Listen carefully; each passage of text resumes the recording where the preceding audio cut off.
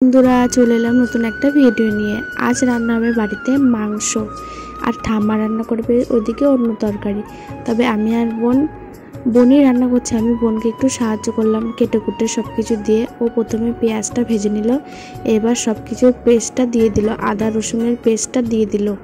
এরপর হলুদ গুঁড়ো, একে একে লঙ্কা গুঁড়ো, একটু লবণ দিয়ে নিল এবং ভালো করে মশলাটা কষিয়ে নেবে, যাতে করে মশলার কাঁচা গন্ধটা না থাকে। সুন্দরভাবে কষিয়ে নেওয়ার পরে এইবার মাংসটা দিয়ে নিল। কিছু মনে করো না তোমরা, আমরা একটু মুরগির লেগ পিসটা খেতে ভালোবাসি, তাই আমরা সবসময় মুরগির লেগ পিসটা নিয়ে আসি। আমার তো মুরগির লেগ পিস না খেলে মনেই হয় না যে মাংস খেয়েছি। এবার একটু ধনের গুঁড়ো দিয়ে নিল, এরপরে মাংসটা ভালো করে কষিয়ে নেবে। আর এই দেখো একটা মাংস তুলে দেখালো বোন, আমাকে একটা দিয়ে দিল, আমি খেয়ে নিলাম কষা কেমন হয়েছে। এইবার সানরাইজের গুঁড়ো, মিট মশলা, গরম মশলা দিয়ে নিল। রান্না তো মোটামুটি কমপ্লিট। এইবার মাংসটা নামিয়ে নেব, তারপর সবাই মিলে একসাথে আমরা খেতে বসবো।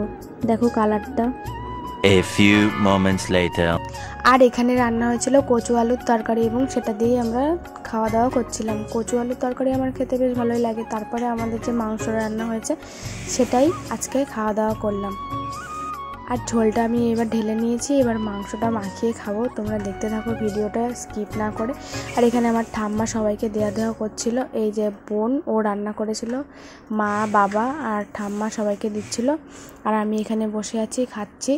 তো দেখো, একটু মাংস, একটু আলু আর একটু ভাত এইভাবে নিয়ে একসাথে মুখের মধ্যে চালান করে দিলে সত্যি খুব ভালো লাগে খেতে এইভাবে। তোমরা কে কে খাও এভাবে অবশ্যই কমেন্টে জানিও।